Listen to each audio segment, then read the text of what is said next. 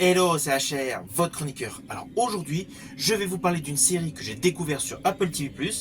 Il s'agit de Dark Matter. Honnêtement, j'ai kiffé. Alors oui, pour l'instant, je n'ai vu que 4 épisodes, mais les 4 épisodes que j'ai vus, je les ai aimés. Bien évidemment, je vais vous dire pourquoi.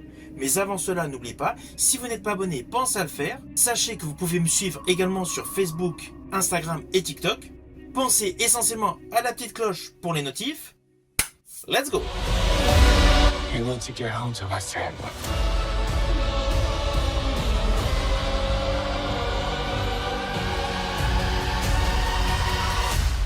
I want my life back. Do you ever get that feeling?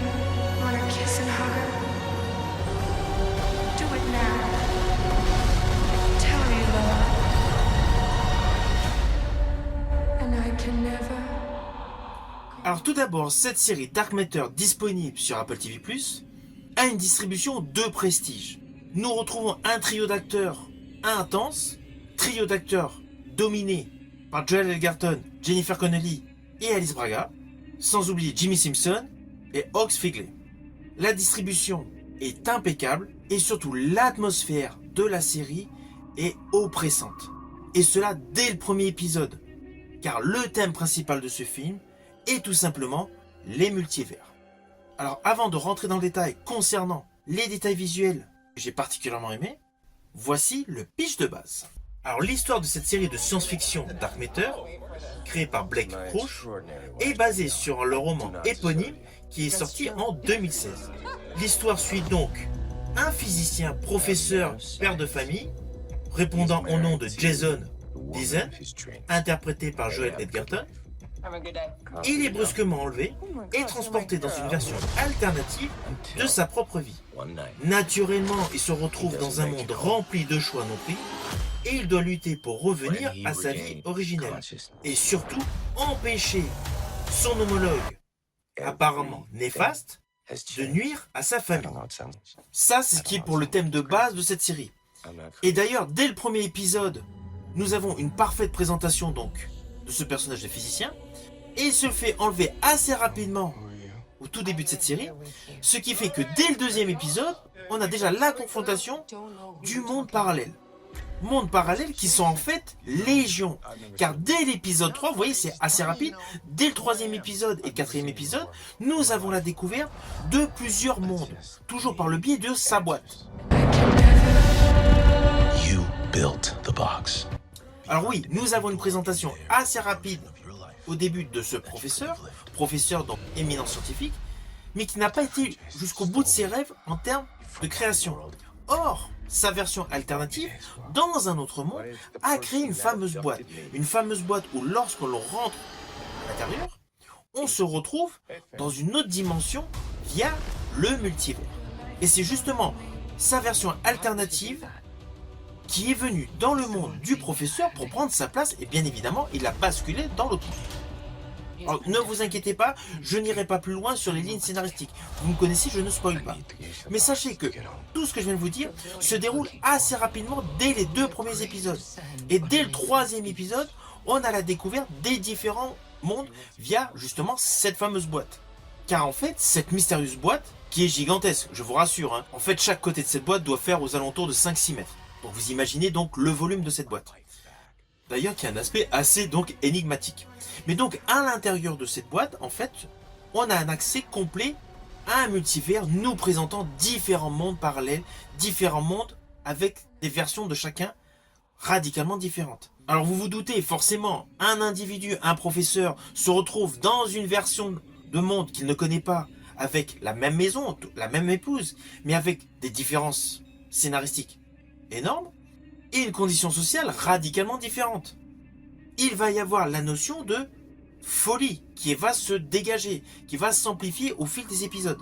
Mais folie maîtrisée, car justement, c'est un scientifique, donc il a la tête sur les épaules et il réalise qu'il faut retrouver sa version originelle. Avec surtout la grande question, pourquoi cet autre négatif a voulu prendre sa place?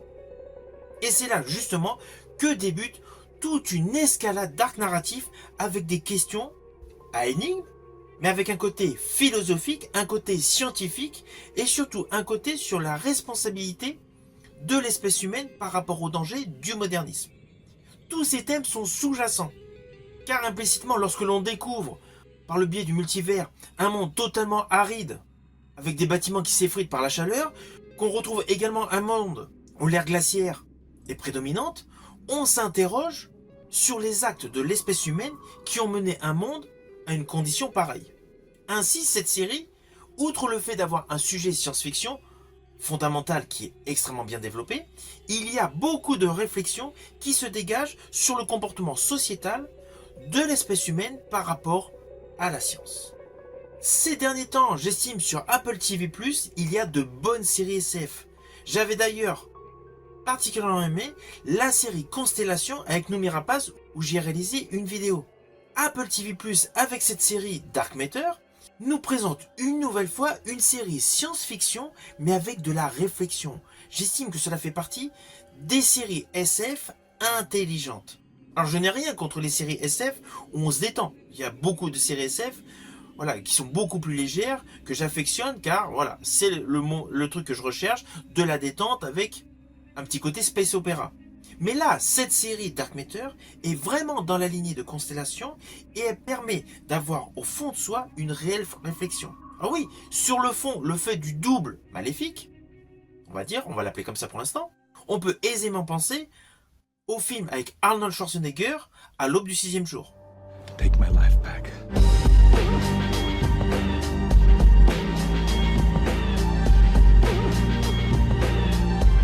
Ceci dit, cette série Dark Matter est radicalement différente de ce film à l'aube du 6e jour avec Arnold Schwarzenegger. Le level psychologique est largement supérieur. Et justement, dans cette série, j'ai particulièrement aimé l'histoire de cette double vie.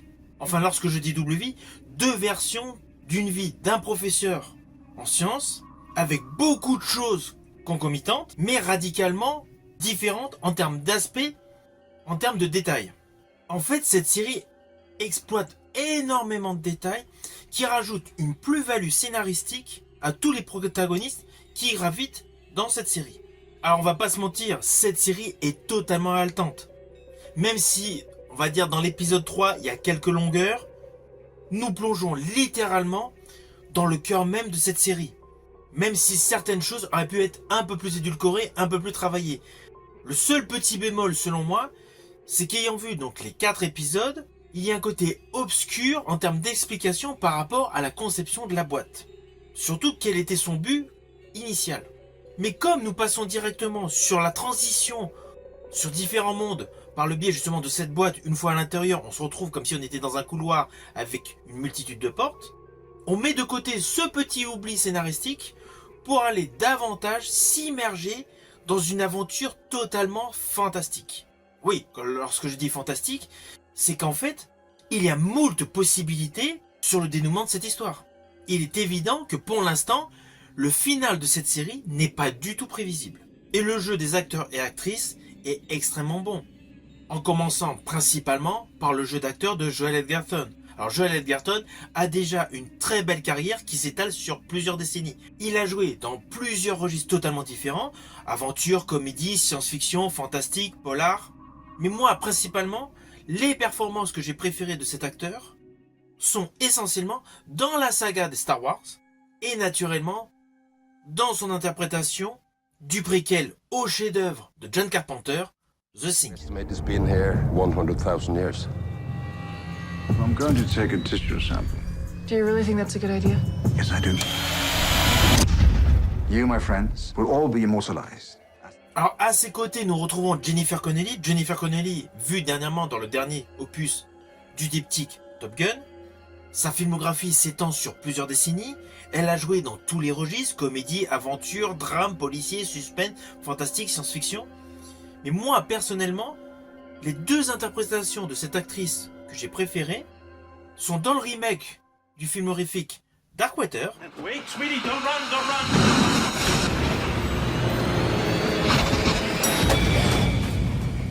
Et dans un film qui fait partie selon moi des films cultes de l'histoire du cinéma, un film réalisé par Alex Proyas, Dark City.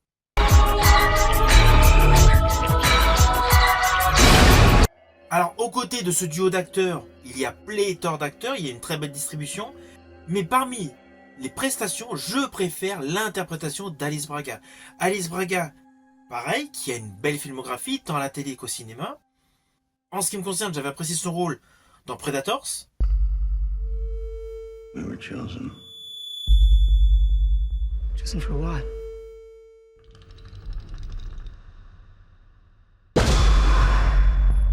Mais dernièrement, je l'ai préféré dans un autre film avec un style qui pourrait s'apparenter à la série Dark Matter. Ce film n'est autre qu'Hypnotic, où elle partageait la vedette de Ben Affleck. I'm the bad guys. Who the hell are you? Ainsi, la totalité de cette série a une belle distribution. Il y a une très belle photographie, les plans séquences sont de toute beauté, les effets visuels, tout ce qui est VFX CGI est parfaitement maîtrisé. À l'heure où je vous fais cette vidéo, je ne connais pas le budget de cette série, mais honnêtement, au vu du rendu visuel, on peut penser que les moyens sont conséquents. Les effets visuels sont l'atout principal de cette histoire au suspense incroyable. Do you ever get that feeling? Want to kiss and hug? Do it now. Tell me you love her. And I can never. Alors naturellement, c'est une série que je vous invite à découvrir. Vous pouvez la voir actuellement sur Apple TV+. Si vous avez aimé ma vidéo, n'oubliez pas, petit pouce vers le haut, pensez au partage. Quant à moi, je vous dis à bientôt pour une prochaine vidéo.